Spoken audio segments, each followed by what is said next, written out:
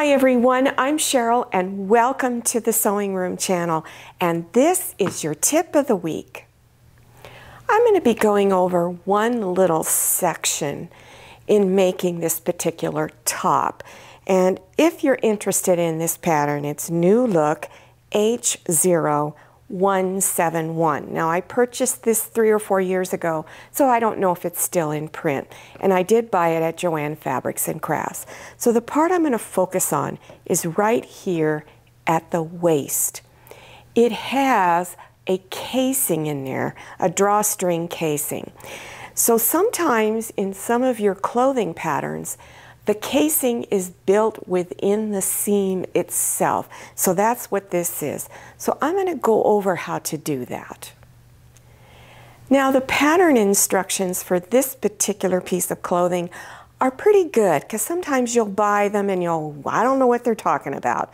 So here are the two sections that describe this casing. So they're going to do a 1-inch wide casing, a 1-inch wide seam to start out. So here's this 1-inch wide seam. So you're going to lift one side of it open. And then what I did is I placed a ruler on this because they want you to trim the other side down to 1/4 inch wide. So what I did is I put my 1/2 inch mark on the edge of the fabric and then I cut it off. Or you can draw a line there and use scissors to cut it off. So after cutting off this edge right here, you're going to take the other side and fold it over a slight 1/4 inch. Don't fold it over too much. And I recommend pressing it with your iron. Then fold it over again and press it down. Then place some pins to hold it and then stitch along this folded edge and make sure you stitch close to the folded edge. Now this particular casing is designed to hold 1/4 inch wide elastic. If you're going to use wider elastic, then your casing needs to be wider. Very important, because you want to give it enough room to move freely through the casing. Your safety pin also needs to be able to fit. So select a safety pin that is the appropriate size to insert into your casing. Many viewers ask me this question: how do I cut quilt fabric? How do I cut squares? How do I cut strips?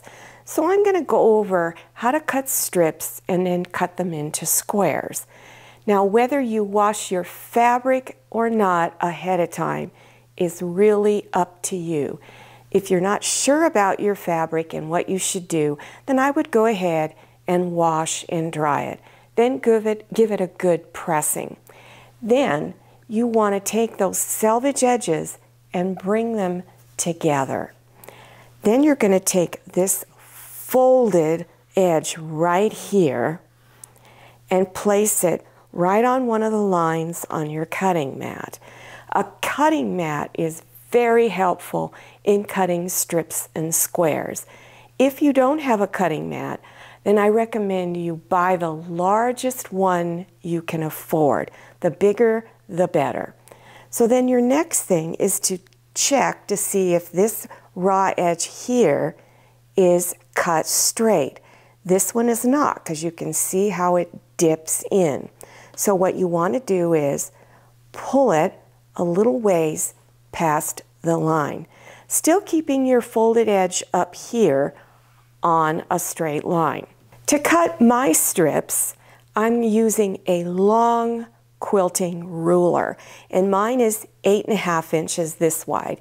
You can get them narrower, but I wouldn't buy it too narrow because the ruler has a tendency to sway, and you don't want that to happen. Because this one is wider, it's a little heavier and stays in place.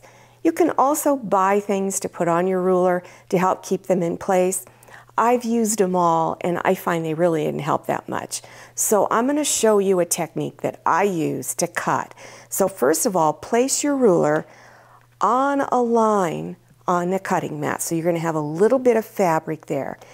And then you can use any size rotary cutter you want.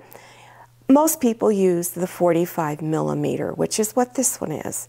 So go ahead and cut right on that line.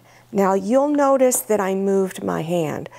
I do that because as I'm going forward with the rotary cutter, I wait till I get just before the end of where my fingertips are. I stop, lift my hand, and move some more. All right, so now you've cut, and also close your rotary cutter. Now, don't move your fabric at all. Lift it and move the ruler. So I'm going to cut 4.5 inch wide strip because I want 4.5 inch size squares. So I'm going to place it by putting my 1/2 inch line on my ruler on the line, on here.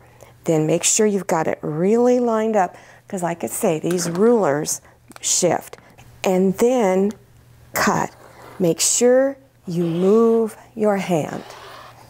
Now don't move your fabric, just move the ruler and go over 4.5 inches again. And then you're going to do your second cut. Now if you have multiple strips, you can stack 2 on top of each other or up to 3. I don't like to do more than 3 because it's hard to cut through that much fabric. So I've moved the selvage edge past the cutting line. Then on this side here, I've got it right on the line going across this way.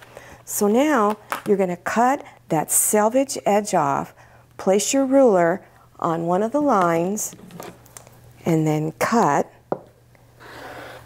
Don't move your fabric, move the ruler 4.5 inches, and then do your cut. And you would continue moving on down the strip till you have all of them cut. Remember, don't move the fabric, move the ruler. Well, I hope you enjoyed this tip and that you learned something new.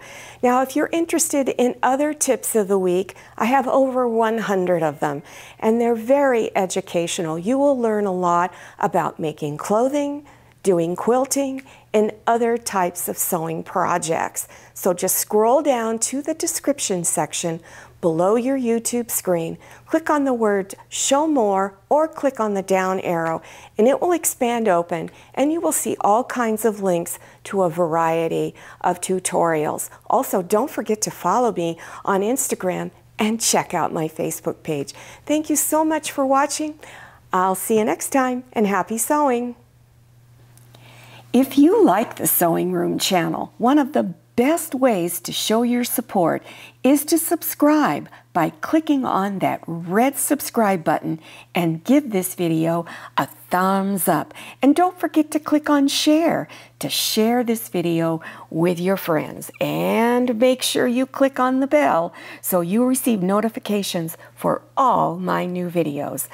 I'm Cheryl, this is Manny, and this is Scotty. See you next time.